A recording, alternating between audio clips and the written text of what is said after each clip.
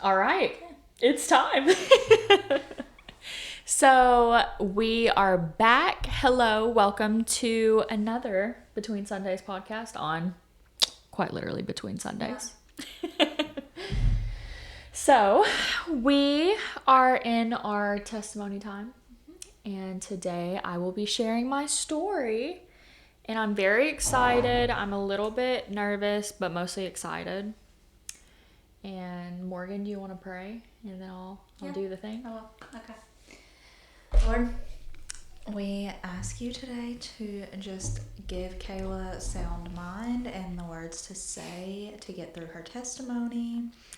I ask that you would let someone in the audience resonate and lead them to you through this.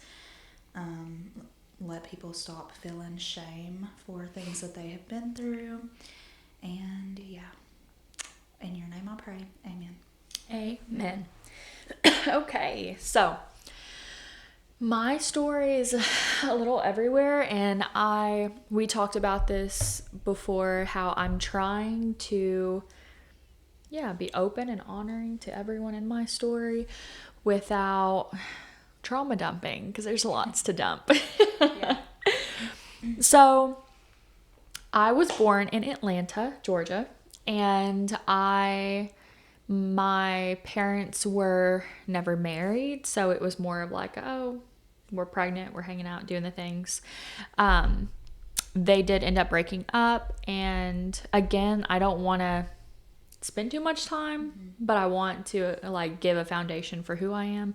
So throughout my whole life, it was like bouncing from my dad's to my mom, spending time in Georgia, and we had moved to Kentucky. So, and the same thing, small town, all of that stuff. So being in both of those worlds was very different, because when I'm with my dad, I'm in the city and living life, and it's great and fun, and we're going on vacations and living the good life. But then I would come to my mom's, and it was like she was a single mom that was struggling, and it was a tough time for us. So yeah, I have one older brother. He's 7 years older than me, and throughout pretty much all my life, he was, growing up, he was like my person, because I didn't, have other people really, I guess you could say. Anyways, after my mom and my dad pretty much split, some stuff went on, and we basically moved to Kentucky to be with my mom's side of the family. So that's how we landed where we did. And from there, I would say, and I usually break these into like elementary, middle school, all that stuff, because it's just easier to go through it. So through all of the chaos of life, my brother was very much the protector, the leader, which is crazy because he was still super young too. I was probably like 3, 4, 5. He's 7 years older than me, so it's not like he was grown. Yeah. But he was like my person. And so when I got to elementary school, I had a bit of bullying, just things like that, because when you go from being like in a city where the demographic is very multicultural, and then you come to a small town, you're like one of the only 5 brown kids at the school. Yeah. It's just different. It's different. Yeah. So with that situation, it kind of just started shaping who I was, in the sense of feeling like I had to prove myself, the bullying, all that little stuff. It was just made me super obviously insecure and kind of chill. As a kid, I would just kind of look back, and then when I was like at home with my family, it'd be crazy and fun. But my mom in elementary school, she married a guy that she met, and from there was like a awful period from 4th grade to 8th grade. And again, I don't want to like trauma dump, but that period of life was just very traumatizing. And my mom has always done every single thing that she could do as a single mom to really make a living and provide and do all of the things. And so this was her first marriage, and unfortunately it was like kind of similar to your story, in the sense of it seems really good at first, and then it just slowly gets worse and worse. Mm-hmm. And so that's kind of what happened, fourth grade, I don't know, you're like 9 or 10. My brother and I were separated for the first time, and that was a big deal because I was like the youngest kid. And then my mom entered a marriage where then I had a younger brother, and now I was the oldest and taking care kind of like of a baby, toddler. And so with that, it was like 4 years. And also, preface, like, my family they're not Christians during this or whatever. I mean, we talked about God, but there was no church. There was like nothing really. So very much just in the world, whatever. So whenever they got married, we pretty much moved to Tennessee. I was there for 4 years, and I always say those are like the 4 years of hell that Satan just kind of really had his time. And I was abused, just like mentally, physically, sexually, all of the things. And again, I don't want to go too deep into that, but my mom did as much as she could to like protect me and take care of me. And there was a lot that happened that she was unaware of. And yeah, I remember specifically during this time, I want to say I was in about 7th or 8th grade. And I remember like doing the dishes and thinking to myself, yeah, I keep hearing about this God that my friends like take me to church or they talk about, or you just, we're in the Bible Belt, so you hear about God all the time. And I just remember thinking, God must not be good if he's real. Like, maybe he's real, maybe he's not. If he is real, he can't be good like everyone says. And if he is real and he is good, then he's choosing not to be good to me. So that really started the theme of being agnostic. And so it's not that I didn't really believe that there could be a higher power. I just felt like it didn't matter. Like if something did create it, who cares really? It doesn't have anything to do with me. I don't want anything to do with it. I didn't care about faith or religion or whatever, or a God. So like I said, that really started that period. It was a very pivotal moment where I just was like, I don't care. And that really followed me all throughout, honestly, until college, whenever I got saved. And middle school happened, grew some boobs, learned how to do my brows. Was living. And I kind of went from this like tragic, don't know who I am, super shy kid to slowly I'm like in sports. And you came back to our middle school. Yes. So you were starting as the new girl. Yes, and it's so funny because my mom gets a divorce, and that's not the funny part, but my mom gets a divorce in 8th grade, and so we come back to Kentucky, and it's like I went to elementary school with you all, but only a handful of people really knew me and were like known and friends, whatever. Yeah. And then I come back, and everyone's like, oh, there's this new girl. Yeah. She's so new. Yeah. No one knows her. And I'm thinking bad things. I was like, yeah. None of y'all know me. And it's just so funny because it truly was that like 360 in the sense of I'm all the way back. Oh, 360. Yes. I was like 180. 360 and coming back home. 180 in the way I look. 360 with a transformation at the 180 mark. Like that glow up was real. And that was crazy for me because I just remember seeing all these people who really intimidated me as a kid being like, hey, we're friends now. Or guys that I was like, oh, I'm in love with him. Like had the biggest crushes on in elementary school. Now they have a crush on me. Yeah. I was like, what is this? Okay. So then, and prior to that in middle school, because I was going through so much trauma, no one knew. And so I really was that kid from 4th grade to 8th grade that like would do sports, would come to school. And I slowly got pretty confident in myself because they were just a different demographic there. And being new there was a different world almost. So I really put on that sense of I'm not afraid of anything. I'm just going to be here. And I slowly started having that trauma humor. So I started getting a little bit funnier. Yeah. And so middle school, like the humor was happening.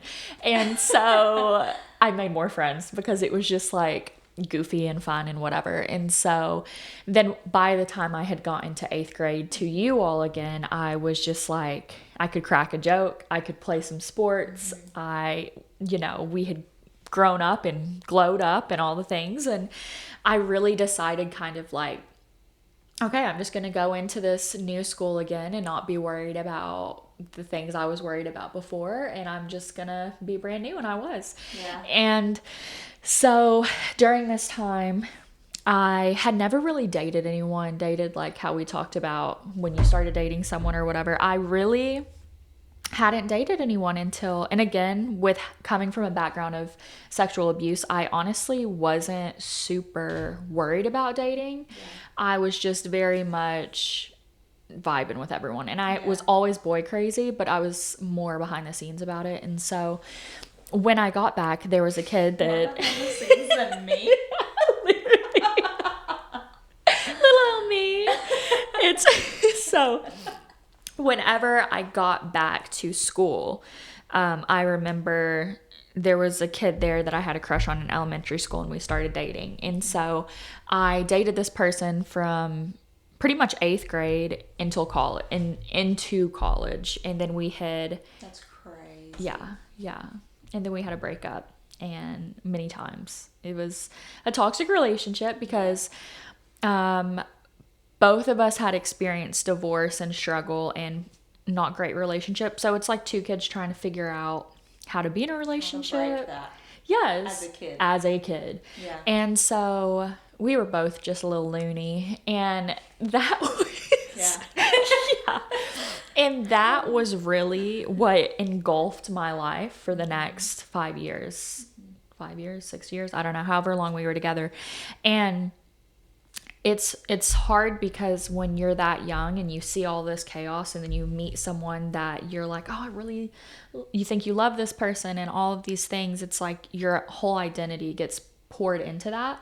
And so that really happened for me all throughout, like I said, that time period. And so high school really was just a time of being crazy about this guy, having ups and downs, roller coasters. My mom was a single mom again, still working. So she worked night shifts, and that opened a whole can of worms because my mom would leave at like 8 p.m. and not get home till like 8 a.m. Yeah. So what is a teenager doing? We're partying and throwing the parties. Yeah. So I was home alone a lot. My brother was obviously 7 years older, so he was out in his own world. And so it was just me, pretty much an only kid at that point. And I was partying, living it up, having friends over, smoking weed, doing all the things. I also played soccer, and that was a huge pivotal thing for me because I loved it. It was like my outlet. And so, again, how I had those like 4 years of hell.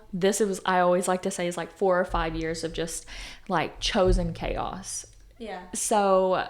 when I was younger, it's like that chaos happened to me. Mm-hmm. And now I'm choosing to bring a new chaos of sin into my life. And so during that time, I would go to church with friends, do whatever. And I think it's very easy to be a cultural Christian where you're like, I'll pray for you, I'll go to church with you, blah, blah, blah, blah, blah. Comment prayers. Literally. And you don't, it's just the comment, like you don't say anything. At all. Yeah. And it was just so crazy because I was on the outside, no one probably knew that I didn't believe in a God, but on the inside, I knew that. Never knew that. Yeah. I was an FCA, but only because I could get out of class. But it was definitely one of those things where it's like I could care less. And so all I cared about was like my relationship, sports, and friends. And I mean, I feel that that's pretty normal for teenagers, but for me, I had too much freedom to do what I wanted, and that wasn't anyone's fault. It was just the way that our story kind of had to unfold because it was just my mom and I. And so I was a very disrespectful teenager. So big tough time for her. Yeah. But I had a lot of anger issues, and so it was just not good. Like, if people are listening and they know me from high school, I was turned up. Like, I had no chill. I was so fun and outgoing, and I would have like be your best friend and live, and life was good. But then it would be literally. Yeah. And it's like when that light switch flipped, Yeah. there was no boundaries. Uh-uh. She's experienced remember. it. But, and it's crazy because I had no self-control. So it's like there would be moments where, because I had extreme like anger problems, there would be moments where I would be telling, like half of me would be like, just chill the freak out. And then the other half of me would be raging, Yeah. like trying to fight people, punching things, doing all the things. And it's like I could not control it. And I also felt a lot of freedom when I was in it, because it was like I can finally release everything. And so that really led into just so much chaos when it came to the dating pool, all of that good stuff. So I remember it was like junior year, I went to live with my dad, and I had just gotten in a lot of trouble. Like I got arrested for stuff, and I went to live with my dad, and that was crazy. But I lived in Atlanta, and then I had a whole new friend group of people, and it was again that theme of like, oh, I'll just start over, you know.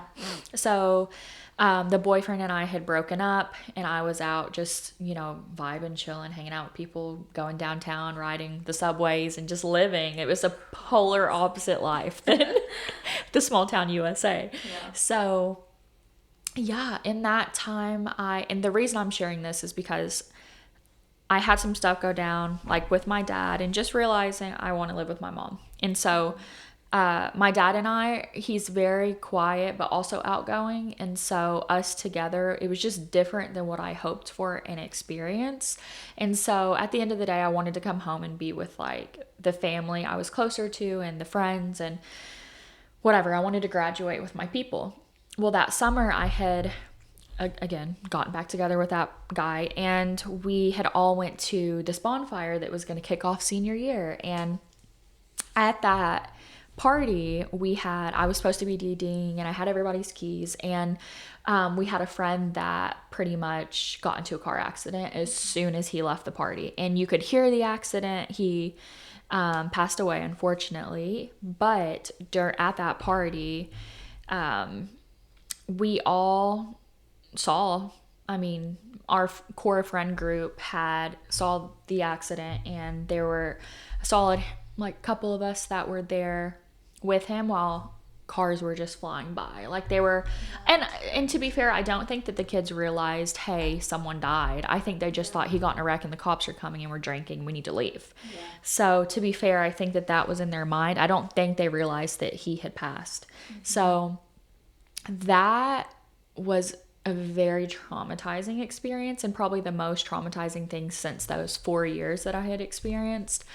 And yeah, I think going into your senior year like that is just very hard because it's traumatizing. And literally from that point, I remember looking back, I can see that when you're faced with trauma, you either do two things.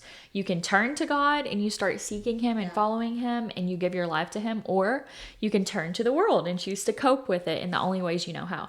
And so that's what I did. I obviously was agnostic, borderline atheist, and then especially after that, I was like, I don't even think there's a God. So then after that moment, I really started moving towards, I am my own God, and I'm just going to do all the things I can do to feel better. So really our whole friend group, we were struggling.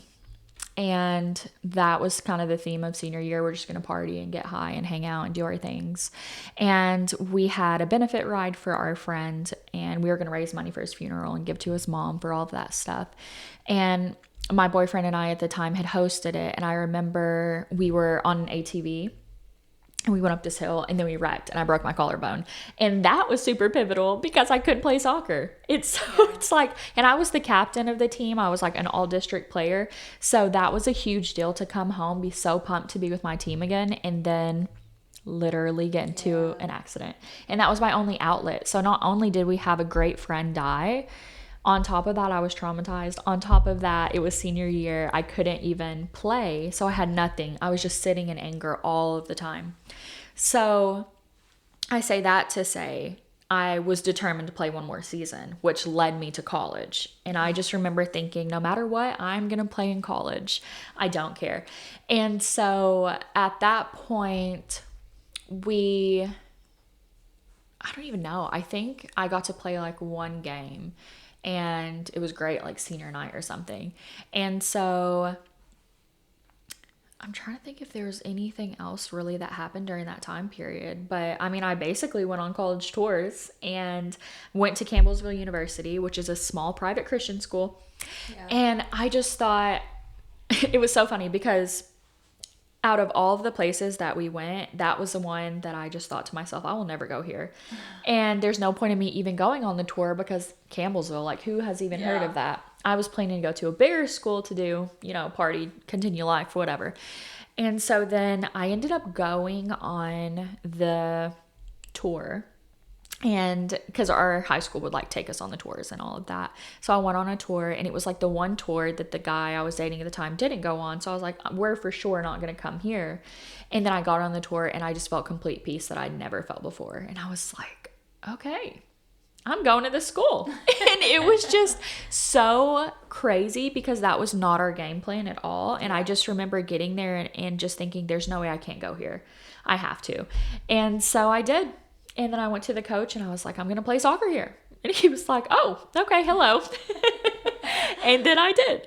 And so freshman year of college, I was so pumped. And I moved to college, moved in the dorm, did all the things.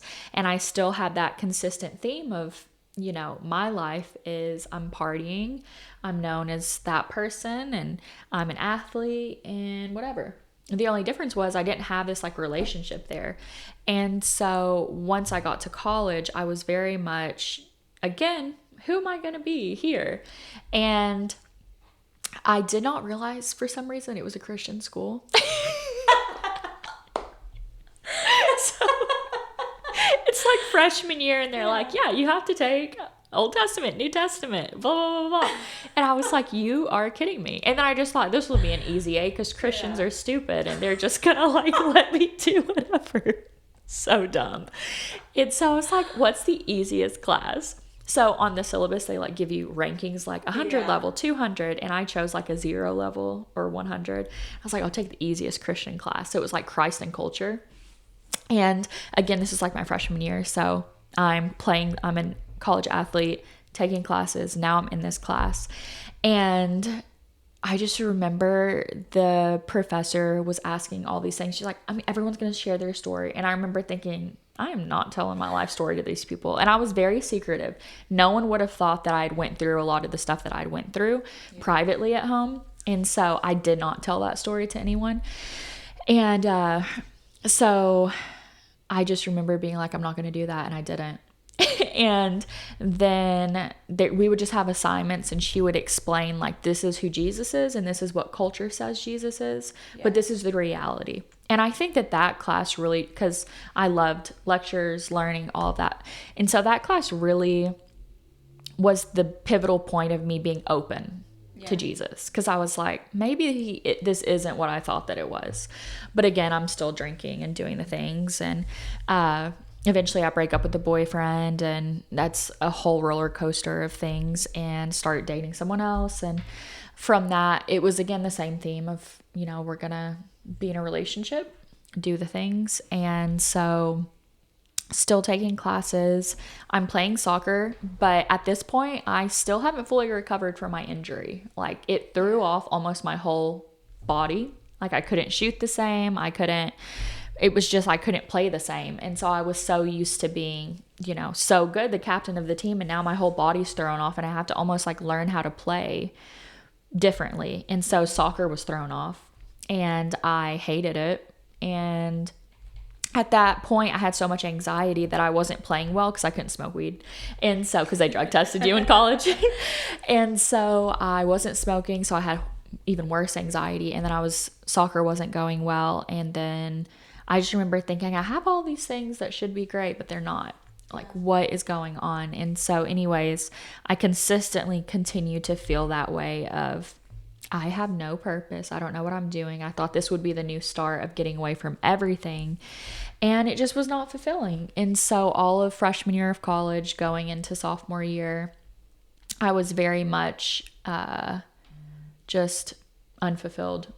And I had always struggled with like depression, anxiety, all of these things, super high highs and very low lows. And at that point, I was like, I'm just done. And this was about my sophomore year of college. I had decided I was going to study marriage and family therapy because I didn't want to be I didn't want to be in the psychology program. And then I didn't want to be a social worker. So that was the only thing left. And so I was like, okay, I'll do marriage and family therapy. I did not know it was also marriage and family ministry. So again, God's roping me in with these classes. So my sophomore year, I had like books and books and books on like theology and like what does God say about the family and blah blah blah. And I was like, what is going on? That you're like studying this and you're like, yes, this ain't real. Yeah, literally. And there were seriously classes where I would listen to the lecture and I would be writing notes that I disagreed with, and then I would email them to my professors. And there was this one professor that's like, just come to my office. And I came and I just explained, this doesn't make sense. Why would a God do blah blah blah blah, whatever argument I had. And there would be times where they would just be like, that's just kind of where faith has to come in and like your experience of God. And I thought, of course, that's what all Christians say. Like, this is exactly why it's stupid. So I just wanted to take the knowledge of therapy and psychology, but I didn't want to have the knowledge of the Bible. But I was simultaneously learning, but I was a critic. And so eventually it was like sophomore year, around the winter, I had dated this guy and broke up. And I just remember thinking like, this is not going anywhere. And I feel like I'm in the same patterns and I'm just done. So I was like planning to commit suicide. And like I had dark moments before, but this was like, we're doing it on this day at this time.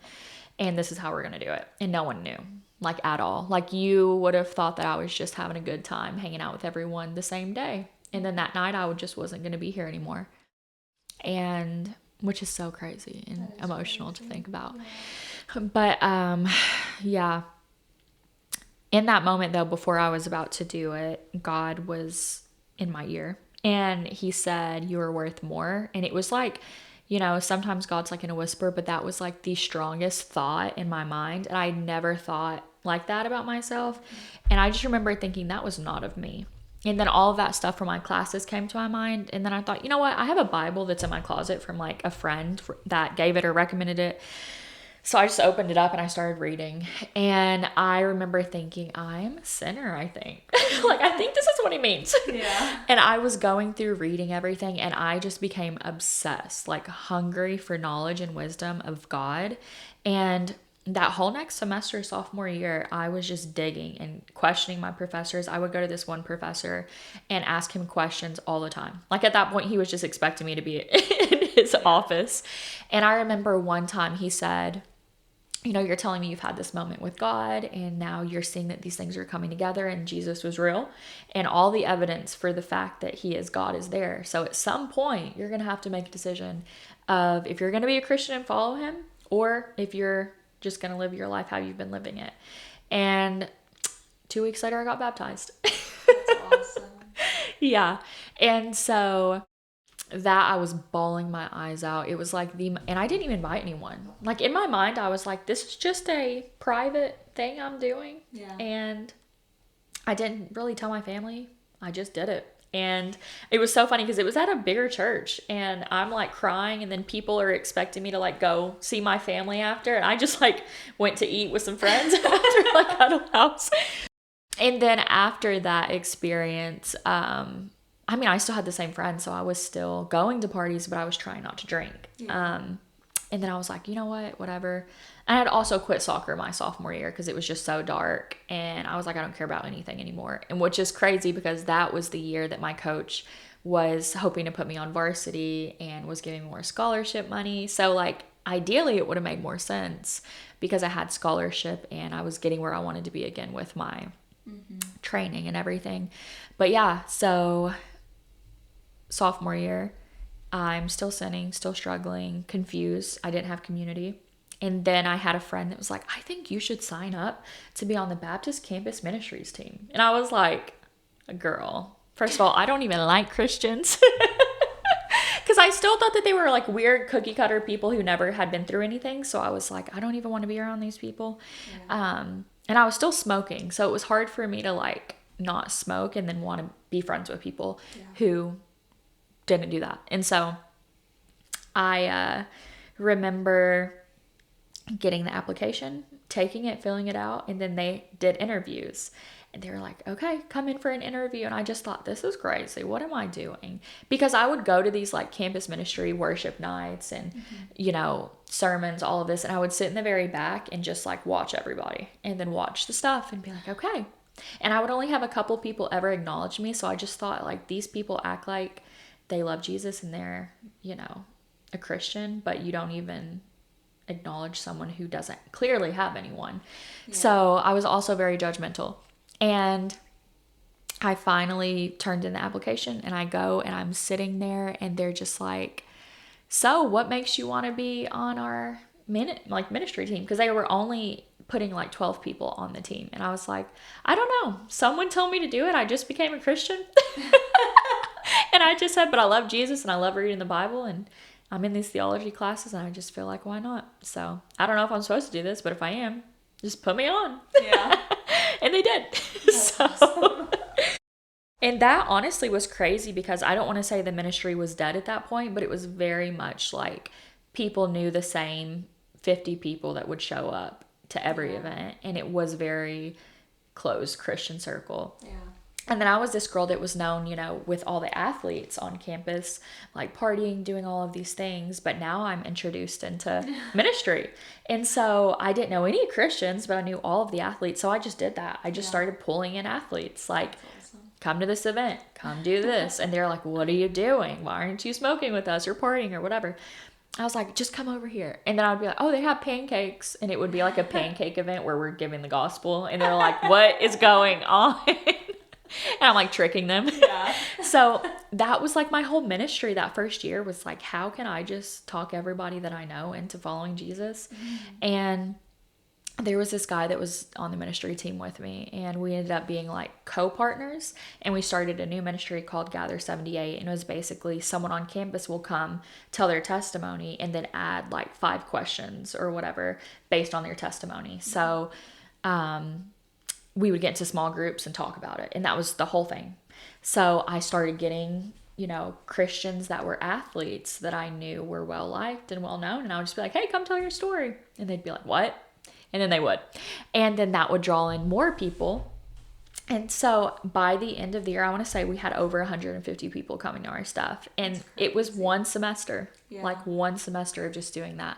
But I just remember thinking, I don't want people to feel the way I felt when I walked in the doors and sat in the back of the room. Mm-hmm. And that was my mindset. And so with that ministry, it was just amazing. It was such a good time, the most fulfilling time. I was like in a little Christian bubble and I loved it. And I was still dealing with sin, like sexual sin. I was still dealing with like struggles, and I don't want to like dig into a bunch of other stuff, but like I would work at these summer camps where they were not Christian camps, and then I would fall back into sin or just struggle with lust and things like that. Mm-hmm. So by the time that I got to my junior year is when I met Emmanuel, my husband, and he just came to events, and there was just this one event where he stood up and was just belching, singing to everyone, and he can't really sing. Yeah. So we were like, who is this kid? He's gonna open the doors for everybody.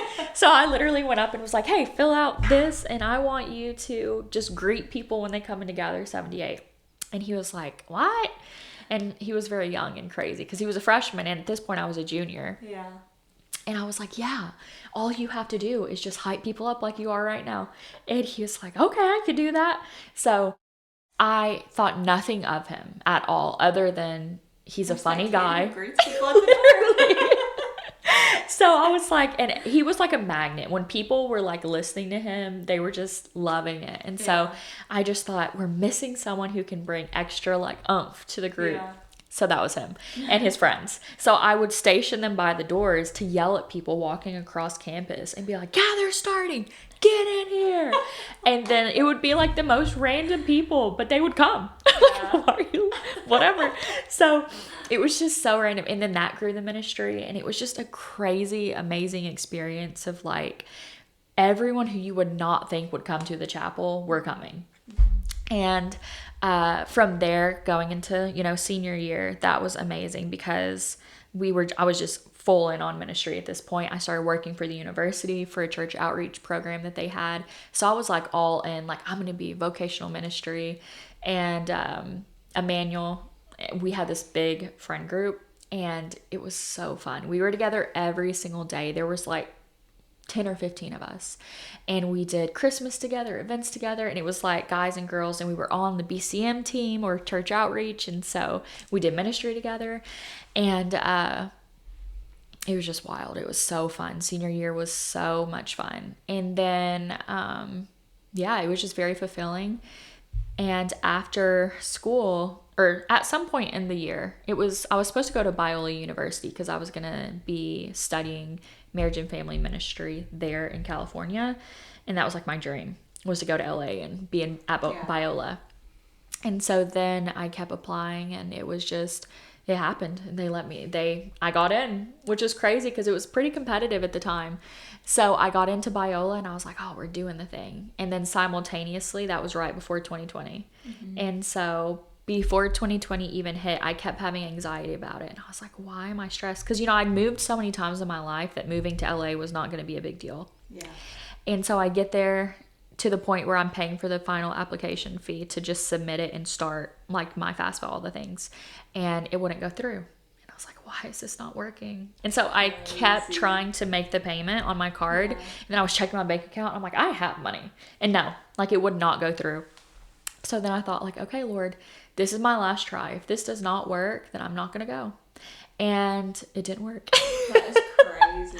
And then going into that new year, the Lord, I was praying and the Lord was like, Joshua 1:9, like pretty much just saying, from what I gather from scripture, it was like, just have courage, be faithful, know that I'm sending you exactly where you need to be. And I started a internship with Elevation Church, which led to meeting Pastor Dave and Kenny, because I needed funding because I was a broke kid and I needed funding to be able to leave and cover my bills. And then I went to Elevation and it was not good. Yeah. And I honestly don't even have shame to share that part of the story because I think people should know, but it was very robotic and it was very like, this is not what church should be. Mm-hmm. Like we are not a business, and that's how it felt. And I left that summer being completely spiritually drained and not fulfilled, which is not how it should be. Yeah. And I knew how to operate ministry, like events and planning and doing all the things and getting people to come, but I didn't know how to share the gospel. Like, come on. Like I can't even share my faith or the gospel. Then I met Dave at 3 Strands, and he really just taught me how to share the gospel and how to share my faith and evangelize and actually disciple people and actually walk through scripture and know how to teach it in a healthy way, and life group and all the things. So that was the first time I was in church and really learning about church and why it matters and community. Yeah. And simultaneously, a pastor at Elevation reached out and was like, I want to sleep with you, basically. The lure. I don't think you knew that. Wow. Yeah. And so I told my friends, like the other interns, and they were like, you need to tell, like, and I've never shared this publicly actually, which is crazy. But they were like, you need to tell your head campus pastor, because the way Elevation works is they have like a ton of different campuses, and I need to like swallow. They have different campuses, and so each campus they'll receive multiple interns. So the campus I was working at had a lead pastor, but then there's lead pastors of other campuses that would come and mentor us. So there was one pastor that consistently all summer would talk to me and talk to all the other interns. But I think slowly he would do things with me that he wasn't doing with other interns. Like he would call me at like 10 o'clock at night and be like, how was your groups today? Or how was the internship? And I was dating a guy at the time, and I just remember he made this weird comment that was like, you are so gifted, and I think that God wants to use you for all of these things, and I just don't think that that's the guy you should be with. I feel like God's telling me. And I was like, you don't even know him. But also, now I'm in my head, I'm like, this spiritual leader who's like has a thriving campus is telling me these things. And I just remember thinking like, okay, I don't know. I ended up breaking up with that guy, and that's a story for another podcast. But I just remember at that time being like, okay, he sees something super special in me, and like he says I'm more talented than all of the other interns, and it was a competitive program there too. There was like 40 of us. And so I just didn't think anything of it. And then our friends had went back to Charlotte, and he met up with us. And then that night was when he really was like just telling me all types of things that were not good about how he felt about me, what he was hoping we could do, blah, blah, blah. And I was like, baffled. Yeah. And looking back as someone who has been like a survivor of sexual stuff, he was definitely grooming me throughout the summer to make it normal, to the point where when he could pull the trigger, I would accept it. And it was like, no, I have the Holy Spirit, first of all. Like, you no. in the lukewarm water and was waiting on it to start boiling. I swear. And as a Christian, he had a wife and kids, and he's grown, like over 10 years older than me. That's sad. At that point. Yes. So I told everybody, like I told the campus pastor of my campus, and they just didn't really do anything. And he's still a pastor today. And I just remember thinking, I did what I could do. Yeah. And that's it. But that hurt me so bad spiritually, because I didn't feel like I could trust any spiritual leader. And that's why coming to Three Strands Church, like Pastor Dave Decker had his own sexual sin in the past, and he's like, this is how God changed me, these are the boundaries I have. And he just really showed me what it was like to acknowledge your sin, be open about it, create boundaries so that you don't hurt other people. And I had so much respect for that. And then that's one of the reasons like I love our church, because everybody sins, and I don't think you should never put your pastor so high on a pedestal that you think that they are above you and that they don't sin. The only person we should be making an idol out of is God, and it's so easy to do that with your pastors, especially like just seeing them preach and never acknowledge their sin. Yeah. And that was the thing, going from, because if you think about my life, it was really I've had this sexual issue, I've had this problem, and these problems with relationships. And that was like the icing of the cake with Satan to be like, God's still not going to protect you here, and you're following him. And going to a healthy church, having healthy community transformed the way I saw everything. And so, that was the first time I had deep church hurt. And then I had experienced some other things with like conservative Christianity, in the sense of, you look like a slut if you wear this or you wear that. And I was like, what? And so just completely different ideas and different church hurts. And, I still struggled with like smoking and staying sober, and struggling to not have anxiety and be perfect all the time. And then I was diagnosed in 2020 as well with bipolar 2 disorder. And so with that, I had to learn how to navigate like my mental health diagnosis as a Christian. And learning it's like therapy and Jesus and medication has made me happy, healthy, and whole and holy. And I still struggle. Like I still have really hard days. And, my husband, I completely skipped all that, but we started dating senior year, got married in 2021. And, my husband's really helped me to like give myself grace. And he's really been such a rock whenever I have not been Yeah. very often. And we've, struggled here and there, a podcast for another time too. But he just showed me like what it's like to be loved fully and authentically and not have to do everything to earn his love. Like he has been such a good reflection of the Lord's like love and grace. and just humor. Like he taught me how to have fun again as a Christian, because I was very rigid and judgmental for a while, and he's like, just have fun, what are you doing? So, and now we have Josiah. He's our little baby, and being a mom is crazy. And there's just so much more I could talk about, but yeah, my brain is all talk. That was good. That was awesome. You did a lot better than me. So No. Absolutely not. No. It was crazy though. And, coming to 3 Strands, having community, being in small groups, still taking the ministry stuff that I learned in college and being able to do it now.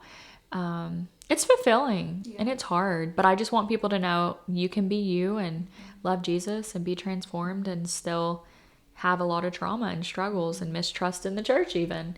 But yeah. I love that. I love when you were talking about Emmanuel loving you and like showing you how to love yourself and give yourself grace. And I love that, because I feel like that's really how like Rodney did with me too, was like showing me how it is to be loved correctly and like loving you like Christ loves the church, which is crazy. Like I never thought about it that way until I got into my Bible and started like reading it, and I was like, that he really does love me like that. And it's crazy because I've always felt that I've needed to like earn love, and I felt like I've really needed to just do something, or I've always felt like I'm gonna leave. And Emmanuel's always been so good at, I'm not going anywhere, so you can try to leave, but I'll still be here.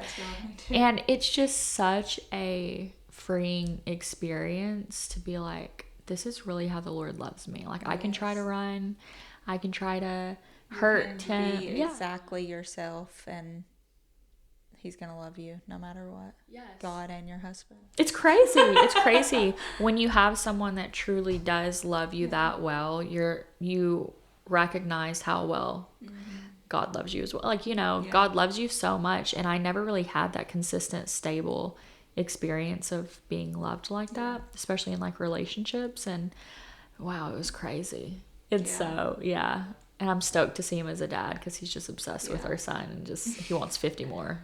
I don't. But it's just really cool. So yeah, that's my story. That's awesome. I love it. You did great. I was stressed. But yeah. No, I think you did good. I'm excited to talk about the things we're going to talk about next week. I think it's going to be I wanted to ask you about like navigating your relationship with God while being a mom, but I think we're going to get into that. So yeah, that'll be a fun one. I think a lot of people are looking forward to that.